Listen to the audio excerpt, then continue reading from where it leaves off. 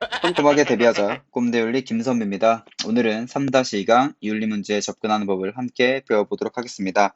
그 중에서도 서양윤리의 접근에 대해서 함께 살펴보도록 하겠습니다.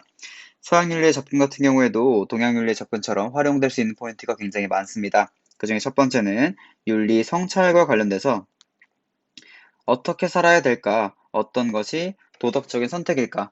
우리는 어떤 사람이 되어야 될까?와 같은 물음들을 만날 수 있습니다.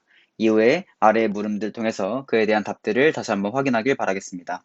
다음 두 번째로는 삶과 죽음과 관련된 부분에서 우리에게 삶이라는 것의 의미는 무엇인지, 죽음의 의미는 무엇인지 배워보게 됩니다.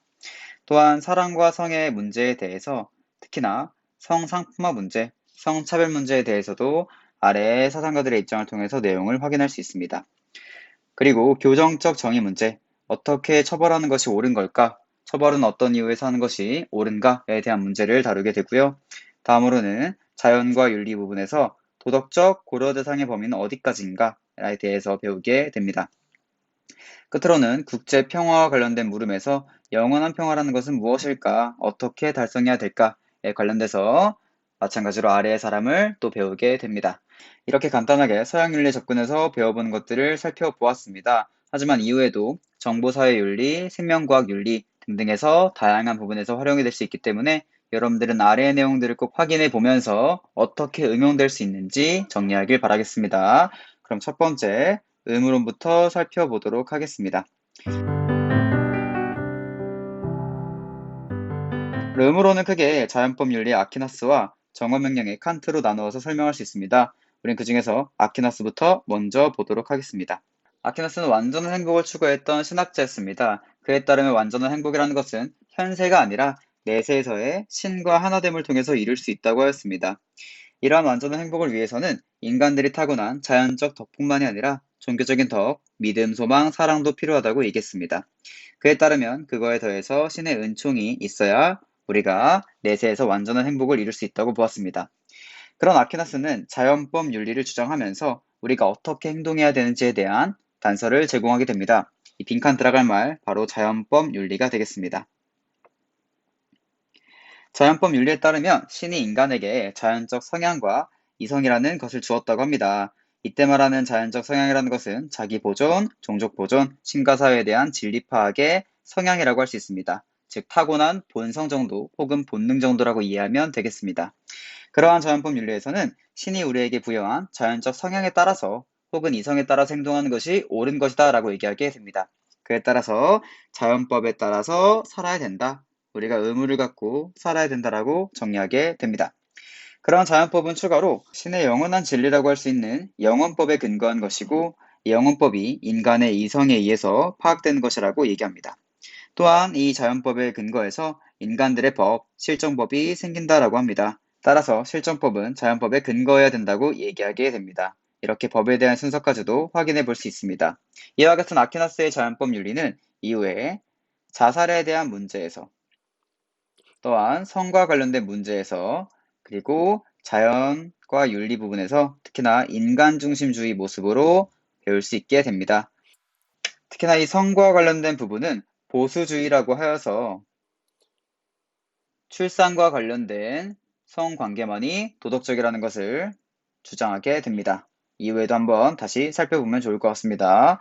다음으로 칸트를 배워보도록 하겠습니다. 칸트는 인간이란 존재에 대해서 이성적이고 자율적인 존재라고 얘기합니다. 이때 말하는 자율적 존재라는 것은 스스로 법칙을 세울 수 있는 존재란 뜻이라고 기억하면 되겠습니다.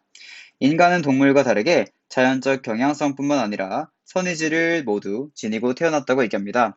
자연적 경향성, 쉽게 말하면 본능이라고 할 수 있는 이 자연적 경향성을 지닌 동물은 본능에 따른 선택밖에 하지 못한다고 얘기합니다. 반면에 칸트 같은 경우는 인간은 자연적 경향성뿐만 아니라 선한 의지, 옳은 것을 따르려고 하는 그 의지를 갖고 태어나기 때문에 우리는 본능을 극복하고 옳은 것을 할 수 있다고 얘기합니다. 그에 따라 칸트는 인간은 다른 동물과 다르게 자율적인 존재라고 얘기하게 됩니다. 스스로 법칙을 세우고 법칙에 따를 수 있다라고 기억하면 되겠습니다. 다음으로 두 번째, 선의지를 함께 살펴보도록 하겠습니다. 선의지라는 것은 오직 옳다는 이유로 어떤 행위를 하려는 의지라고 기억하면 되겠습니다. 칸트에 따르면 올바른 행동, 도덕적인 행동이라는 것은 돈 때문이 아니고 행복 때문이 아니고 명예나 권력 때문이 아니라고 얘기합니다. 오로지 그것이 옳기 때문에, 옳다라는 그것이 의무이기 때문에 행동하는 것이 바로 도덕적인 행동이라고 얘기합니다. 또한 인간은 이 선의지를 갖고 있기 때문에 도덕 법칙을 뭐뭐 해야 한다 라고 하는 의무로서 따를 수 있다고 얘기하게 됩니다. 다음으로 세 번째 빈칸을 채워보도록 하겠습니다. 세 번째 빈칸은 바로 정언명령이 되겠습니다. 정언명령이라는 것은 무조건적인 명령을 의미합니다. 이와 반대되는 것은 바로 가언명령, 조건명령이라고 할 수 있겠습니다. 가언명령부터 설명드리게 되면 가언명령이라는 것은 조건명령으로서 너가 만약에 행복해지기 위해서는 다른 사람들을 도와줘야 된다라는 명령이 되겠습니다. 하지만 칸트에 따르면 이런 조건명령들은 상황에 따라서 사람들에 따라서 달라질 수 있기 때문에 보편타당한 도덕법칙이 될 수가 없다고 얘기했습니다. 그에 따라 칸트는 무조건적인 명령, 정언명령만이 도덕법칙이 될 수 있다고 얘기하게 됩니다. 그런 정언명령에는 크게 두 가지가 있습니다. 첫 번째는 보편화 가능성의 정식, 너의 의지의 준칙이 언제나 보편타당한 법칙이 될 수 있도록 의욕해야 된다, 행해야 된다라는 보편화 가능성의 정식을 얘기하고요. 다음 두 번째는 인간성의 정식이라고 하여서 다른 사람을 항상 목적으로 대해라, 단지 수단으로만 대하지 마라 라고 하는 정식이 있습니다. 이 첫 번째 보편화 가능성의 정식에서는 너의 행동이 보편화 가능하도록 행동해라. 너만이 아니라 다른 사람 모두에게 적용할 수 있도록 행동하라고 얘기를 하고요. 두 번째 인간성의 정식에서는 다른 사람들을 수단으로 대우해야 되는 상황 속에서도 언제나 목적으로 대우할 수 있도록 노력해야 된다고 얘기합니다. 이 유튜브 강의를 듣고 있는 여러분들도 저라는 유튜버를 때로는 지식을 얻기 위한 도구로 이용할 수도 있겠지만 동시에 목적으로서 대해야 된다라고 얘기하게 되는 것입니다. 이렇게 칸트의 의무론까지 한번 간략하게 정리해봤습니다. 이와 같은 칸트의 의무론은 자살에 관련된 쟁점을 살펴볼 때 다시 한번 등장하게 되고요. 이후에 성상품화 문제, 사람들을 목적으로 대해야 된다라는 문제로서 성상품화를 얘기하게 됩니다. 또한 교정적 정의 부분에서는 응보주의라고 하여서 사형수의 인간성을 존중하는 방식은 오직 사형에 처하는 것이다 라고 얘기하는 부분이 있고요. 그리고 자연과 윤리 파트에서 인간중심주의 윤리로서 인간에 대한 직접적인 의무, 자연에 대한 간접적인 의무를 얘기하게 됩니다. 끝으로는 평화 파트에서는 영원한 평화라는 부분, 즉 영구 평화에 대해서 얘기하면서 우리가 영원한 평화를 위해서는 어떤 노력이 필요한지를 말하게 됩니다.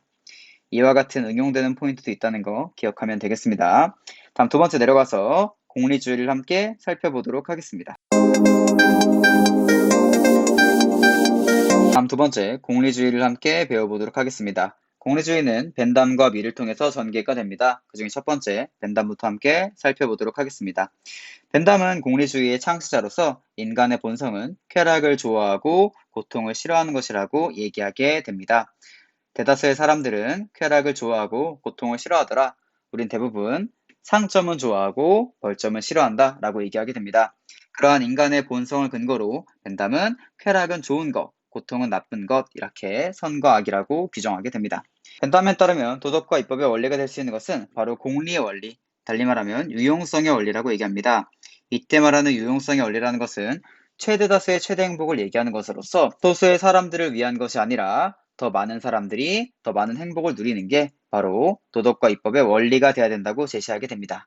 이 유용성의 원리 혹은 공리의 원리가 공리주의의 대표적인 내용입니다. 이후에 밀과 싱어를 배울 때도 참고해서 배울 수 있도록 하면 좋겠습니다. 다음으로 벤담의 공리주의의 특징을 함께 살펴보도록 하겠습니다. 우선 벤담의 공리주의는 양적 공리주의라고 얘기합니다. 그에 따르면 모든 쾌락은 양적인 차이만 있기 때문에 우리가 계산이 가능하다고 얘기합니다. 그리고 이러한 계산 가능한 쾌락을 통해서 우리 행동을 결정할 수 있다고 얘기합니다. 다음 두 번째, 벤담에 따르면 사회의 이익의 총합은 개인들의 이익의 총합과 같다라고 얘기합니다. 그에 따라서 개인들의 이익을 뛰어넘는 사회라는 것은 존재하지 않으며 우리는 개인들의 이익의 총합을 높이기 위해서 노력해야 된다고 얘기하게 됩니다. 다음으로 벤담의 공리주의의 특징은 관련된 이해 당사자들의 최대 행복을 고려했다는 점이 있습니다. 즉 어떤 행위와 관련된 이해 당사자들이 더 많은 쾌락을 느끼고 더 적은 고통을 느끼는 것이 바로 올바른 행동이라고 얘기하게 됩니다. 이를 통해서 올바른 행동을 얘기했다는 거 기억하면 되겠습니다. 다음 두 번째, 벤담을 이어갔던 밀을 보도록 하겠습니다. 밀은 벤담에 대해서 비판하는 사람들을 극복하고자 쾌락의 양적 차이만이 아니라 질적인 차이도 있다는 것을 강조하게 됩니다. 밀에 따르면 인간은 인간으로서의 품위감을 가지고 있다고 합니다. 그에 따르면 정상적인 인간이라면 누구나 질적으로 높고 고상한 쾌락을 추구할 것이라고 얘기합니다. 그렇기 때문에 독서하는 쾌락과 식사하는 쾌락은 결코 같은 양으로 계산될 수 없다라고 얘기하게 됩니다. 오히려 1시간 독서하는 것이 10시간 식사하는 것보다 더 가치가 있는 것일 수 있다라고 얘기하게 되죠. 그에 따라서 벤담의 쾌락을 돼지의 쾌락이라고 비판했던 사람들에 대해서 그것은 너가 돼지의 쾌락 정도밖에 느끼지 못했기 때문이다라는 반박을 하게 됩니다. 그런 밀은 질적 공리주의로 벤담의 사상을 계승하게 됩니다. 그에 따르면 쾌락의 질적인 차이도 고려해야 된다라고 얘기하게 됩니다. 돼지만이 느끼는 쾌락이 아니라 인간으로서 느낄 수 있는 쾌락을 우리가 느끼고 그에 따른 선택을 해야 된다고 얘기하게 되는 것이죠. 밀에 의하면 이러한 쾌락의 질적인 차이는 모든 쾌락을 누려봤던 쾌락 전문가의 선호를 통해서 확인할 수 있다고도 얘기하게 됩니다. 이렇게 공리주의의 벤담과 밀을 모두 살펴보았습니다. 그렇다면 간단하게 두 사상가가 어떻게 응용될 수 있는지도 확인해 보도록 하겠습니다. 먼저 위에 있는 벤담 같은 경우에는 교정적 정의 파트에서 범죄 예방과 교화주의적 관점으로 형벌관을 배울 수 있습니다. 다음 자연과 윤리 파트에서 쾌락과 고통을 느끼는 동물도 도덕적으로 고려해야 된다라는 부분으로서 배우게 됩니다. 아래에 나와 있는 밀 같은 경우에는 이후에 썼던 책들을 통해서 그에 응용되는 부분들을 확인할 수 있습니다. 첫 번째는 여성의 예속이라고 하여서 성차별 문제를 극복하는 방안의 책을 쓰게 되고요. 두 번째는 자유론이라고 하여서 우리의 사상과 표현의 자유가 어디까지 펼쳐질 수 있을 것인지에 대해서 배우게 됩니다. 이 부분은 특히나 2021학년도 9월 모의평가 때 나왔기 때문에 여러분들이 다시 한번 살펴보면 좋겠습니다. 이렇게 두 번째, 공리주의까지 함께 정리해 보았습니다. 다음 끝으로 세 번째, 덕윤리를 정리하고 내용을 마치도록 하겠습니다.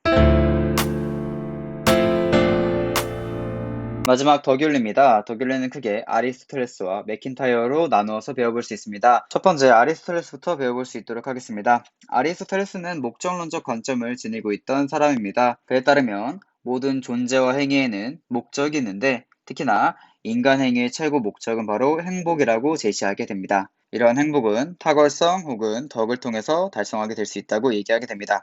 두 번째 빈칸도 바로 채워볼게요. 두 번째 빈칸 바로 덕이 되겠습니다. 덕이라는 것은 탁월성 혹은 기능의 탁월함이라고 얘기합니다. 아리스토텔레스에 따르면 인간은 이성적인 부분과 이성을 갖고 있지 않은 부분으로 나누어 볼 수 있다고 합니다. 특히나 이성을 갖고 있는 부분은 탁월하게 발휘가 되었을 때 지적인 탁월성을 발휘하게 되고요. 반면에 이성을 지니지 않은 부분은 탁월하게 발휘하였을 때 성품의 탁월성으로 발휘하게 된다고 얘기합니다. 그에 따르면 지적인 탁월성은 바로 교육을 통해서 형성이 되고 성품의 탁월성은 바로 습관화를 통해서 형성되게 된다고 얘기합니다. 예를 들어서 우리가 지닌 용기라는 것은 한 번 용기 있는 행동을 했다고 해서 용기 있는 사람이 되는 것이 아니라 여러 번 용기 있는 행동을 반복함으로써 우리의 용기의 성품이 생긴다라고 보았던 것입니다.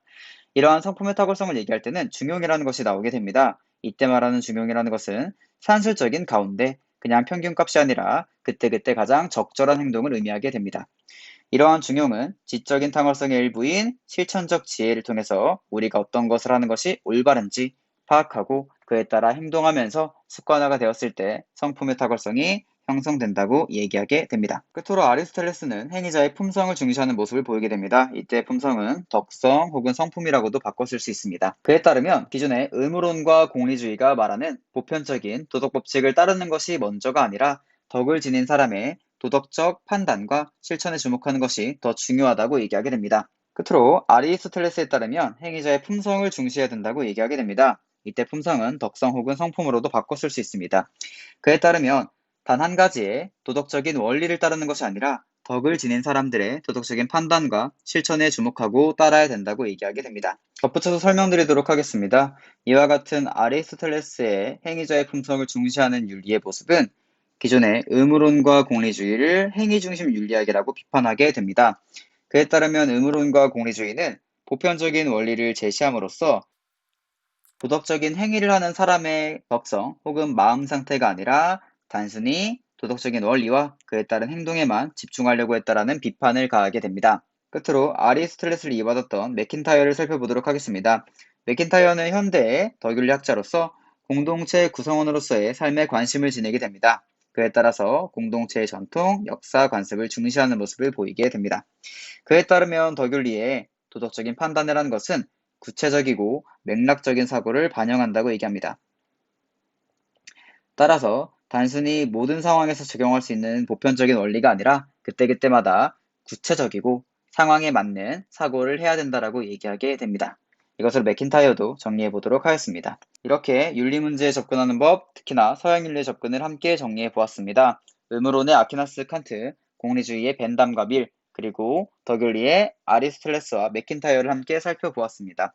각각이 주장하고 있는 핵심 개념과 함께 이 사람들의 생각이 어떻게 어떤 주제에서 활용될 수 있는지를 다시 한번 정리하면서 서양윤리의 접근을 마무리하면 되겠습니다. 강의 듣느라 고생 많았습니다. 이상입니다.